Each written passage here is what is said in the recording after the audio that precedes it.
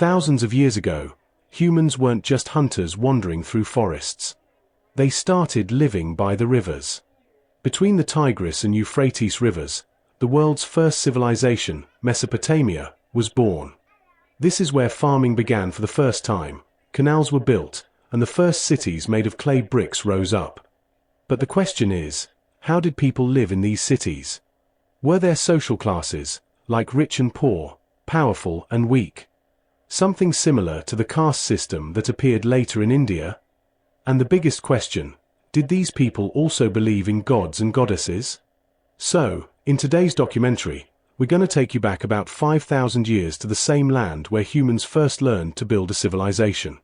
And if you like interesting and deeply researched stories like this, make sure to subscribe to the channel, because making these documentaries takes us hours of hard work and research.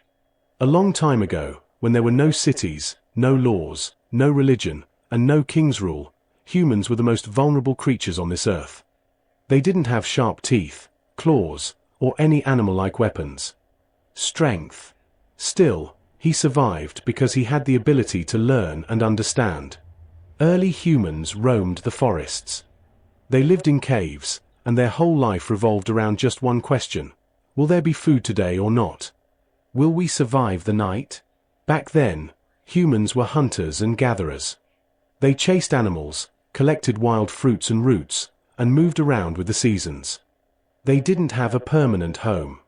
No land belonged to them, and there was no plan for the future. Every day was a new battle, and every night brought new fears. But despite all that, humans didn't give up. They made tools out of stones, used wood and bones, and slowly developed hunting strategies. Then came the moment that set humans apart from other creatures. The discovery of fire. Fire wasn't just a source of heat or light. It was protection, power, and a sign of change. Fire made humans the rulers of the night. From cooking raw meat to keeping wild animals away, fire made life a bit safer. But even bigger than that was how, sitting around the fire, humans learned to talk. Using gestures. The journey from language started right here. Gradually, humans began domesticating animals. First dogs, then sheep, goats, and cows.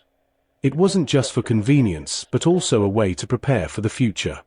Still, life wasn't stable because food was uncertain.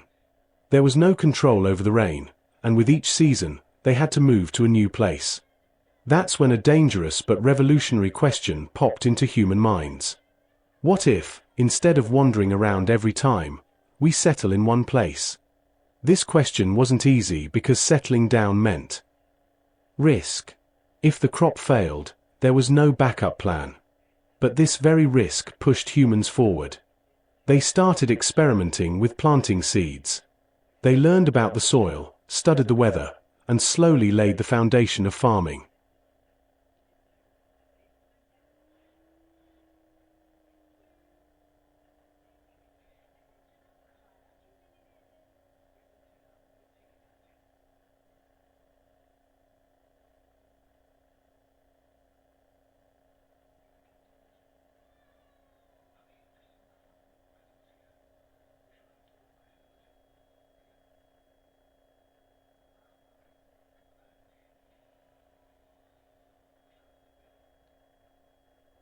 But farming didn't just appear overnight.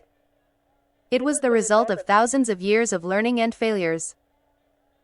This is where the biggest change in human history begins: human migration. People moved out of Africa and spread across different parts of the world. Some groups reached the Indus Valley in India, which later became the Harappa civilization. Civilization developed. Some people reached as far as China's Yellow River, and some reached a land that changed the entire course of human civilization, the Tigris and Euphrates Valley. Now, here's a question. Why did almost every major civilization spring up by a river?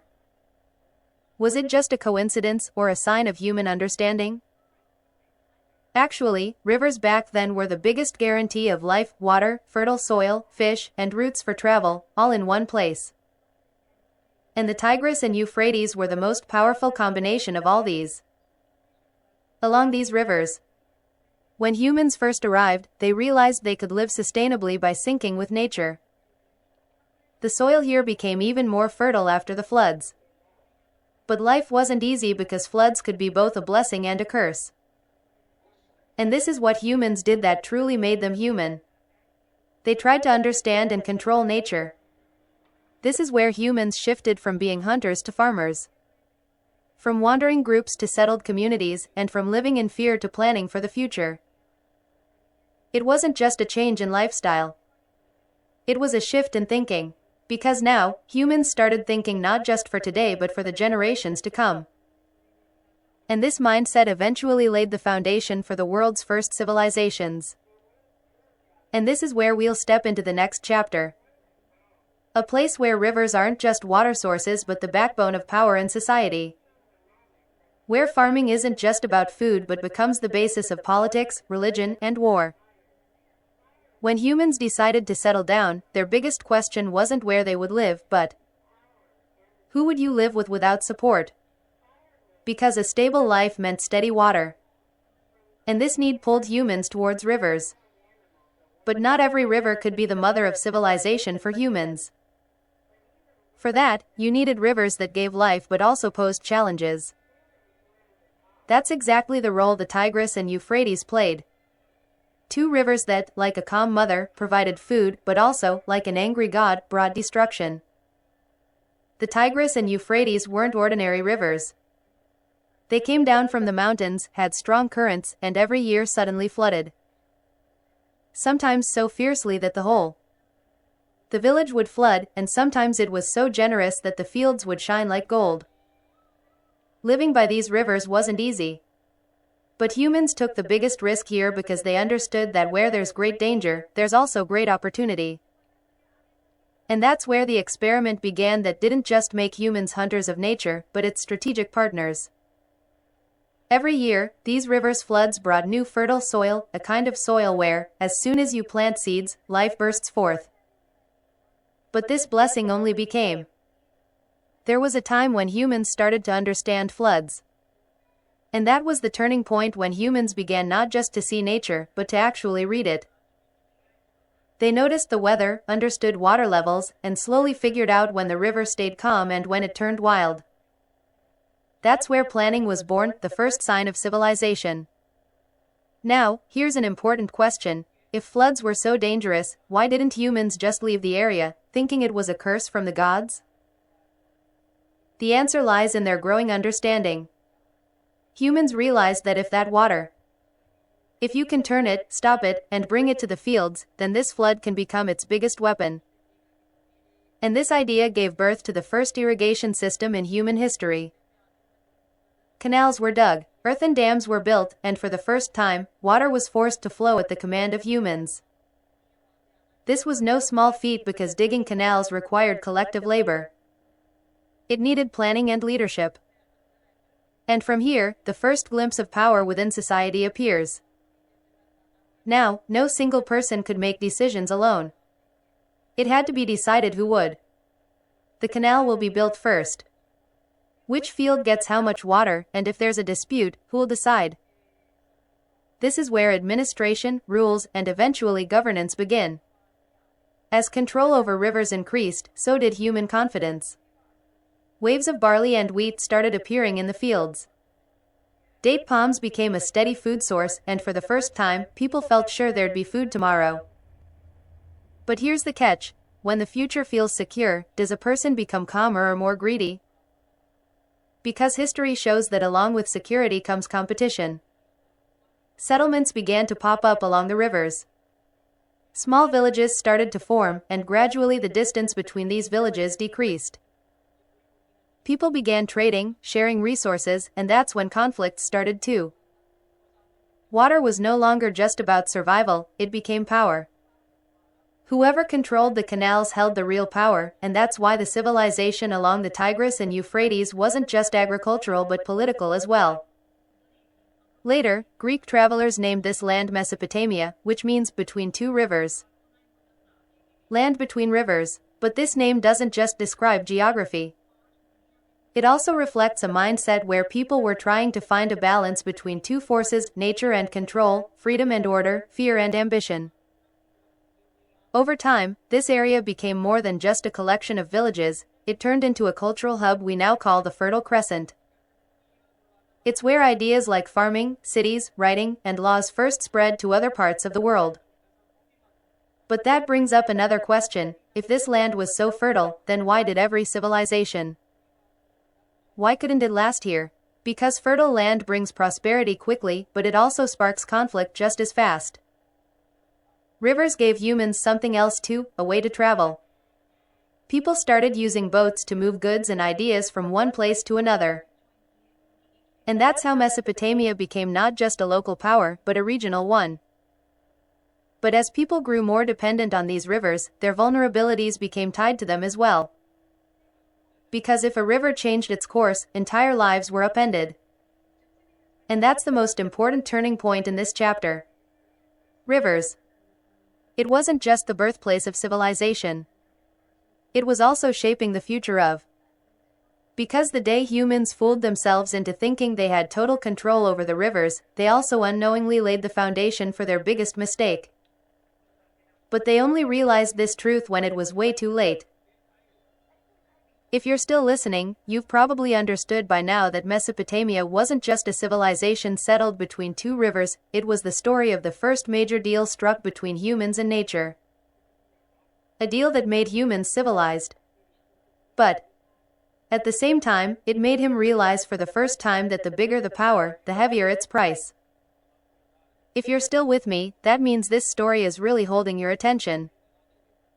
So please like the video to show your support, so more research-based documentaries like this can keep coming. When humans started living by the rivers, they didn't just change their location. They changed their whole way of life. Because now, food didn't depend on luck or hunting, but on land and hard work. That was the moment we now call the agricultural revolution. But it wasn't a change that happened overnight. It was the result of thousands of years of efforts, failures, and experiments. It was then that humans first realized that if they could understand even a little of nature's laws, they could shape their own future. The soil of Mesopotamia was incredibly fertile. But that alone wasn't enough because fertile soil turns barren without water, and the biggest problem with the Tigris and Euphrates rivers was that their water was sometimes too much. There used to be too much water or sometimes none at all. It was either flooding or drought. And this was the toughest challenge humans faced. Should they accept this uncertainty or try to control it? And humans did what makes them human, they took a risk. They started by digging small canals, diverting water towards the fields. This wasn't a one-person job. The whole community had to come together, and that's how collective labor began. Now, it became necessary to decide who would work and when. Who gets how much water, and if there's a fight, who decides? That's where rules, order, and power came from. Because irrigation wasn't just a technique, it was about control. Gradually, people realized farming gave them not just food but also time. They didn't have to chase after prey every day anymore. Now, they could plant seeds and wait, and that waiting gave them time to think. They started planning for the future. They began storing crops, built granaries, and for the first time, humans had a surplus, extra food. People started producing more than they needed. But this raises a question about retention. When someone has more than they need, do they share it or hold on to it? The extra grain changed society. Not everyone remained a farmer. Some became priests, some soldiers, some craftsmen, and some administrators. This is where society began to split into different classes. The success in farming also brought inequality. Those who controlled the land and water became powerful, while those who only had their labor stayed at the bottom. And over time, this difference became permanent. In Mesopotamia, the main crops were barley and wheat because they could survive both dry and wet conditions. Date palms became a lifeline since they provided food, sweet juice, alcohol, wood, and shade.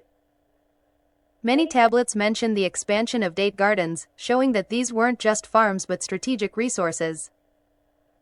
This is where farming became not just a way of life but also a matter of politics. Along with farming, animal husbandry also developed. Bulls pulled plows, cows and sheep gave milk. Goats and pigs were sources of meat. Camels and donkeys were used for long. Grains and goods started being carried over long distances. So, farming and animal husbandry became complements to each other. And this was the system that kept cities alive. But this system had a weakness. It was completely dependent on rivers. With repeated irrigation, salt slowly began to build up in the soil. At first, no one paid attention because the crops were still growing. But over time, the yield started to drop. Fields turned barren, and instead of barley, only wheat crops grew. And this was a huge historical mistake. Humans created a problem. Instead of trying to understand, they just pressed down hard on the land, and this mistake ended up costing the entire civilization dearly. Farming wasn't just a technical job, it was also religious. Before planting any crop, people prayed to the gods. Deities like Enlil and Enki were seen as protectors of the fields. People believed that if the gods got angry, the whole crop could be destroyed. That's why agricultural festivals, sacrifices, and rituals were a regular part of life. And here's an interesting similarity, just like in India today, where farmers celebrate festivals before and after the harvest. Just think about it, when cities started growing and the population increased, the pressure on farming must have shot up. Every year, more grain was needed, more water was needed, and more labor was required. That's when farmers stopped being just food providers and started carrying the weight of the whole system. Taxes went up. It became mandatory to give grain to temples and kings. And farming, which was once a path to freedom, slowly turned into a necessity they couldn't escape. And here's the biggest takeaway from this chapter. Mesopotamia taught humans that if technology and control aren't balanced, then power can turn into destruction. Irrigation gave birth to civilization, but that same irrigation slowly weakened its foundation. If you're still listening, you now get that farming isn't just about fields. It's a story about power, society, and the future. In the next chapter, we'll see how this agricultural surplus transformed villages into cities. How urban life was born for the first time, and how humans began to see themselves as above nature. Once farming provided a steady food supply, the next question naturally arose. So, how do we handle this growing population? Because as the grain production in the fields increased, the number of people started rising too. Small villages had now grown so big that no one really knew each other anymore. And this is where a new chapter in human history began, the chapter of villages turning into cities. But becoming a city wasn't just about having more houses. It was a whole story about changing ideas, power, and society. Life in the village was simple. People depended on each other. Decisions were made together, and most folks did pretty much the same kind of work. But as the population grew, this system started to break down. It became necessary to decide whose farm would be where, who gets water first, where the grain would be stored, and if someone broke the rules, who would punish them. And that's when the need for administration first arose. Because without control, a crowd is just a crowd, not a society.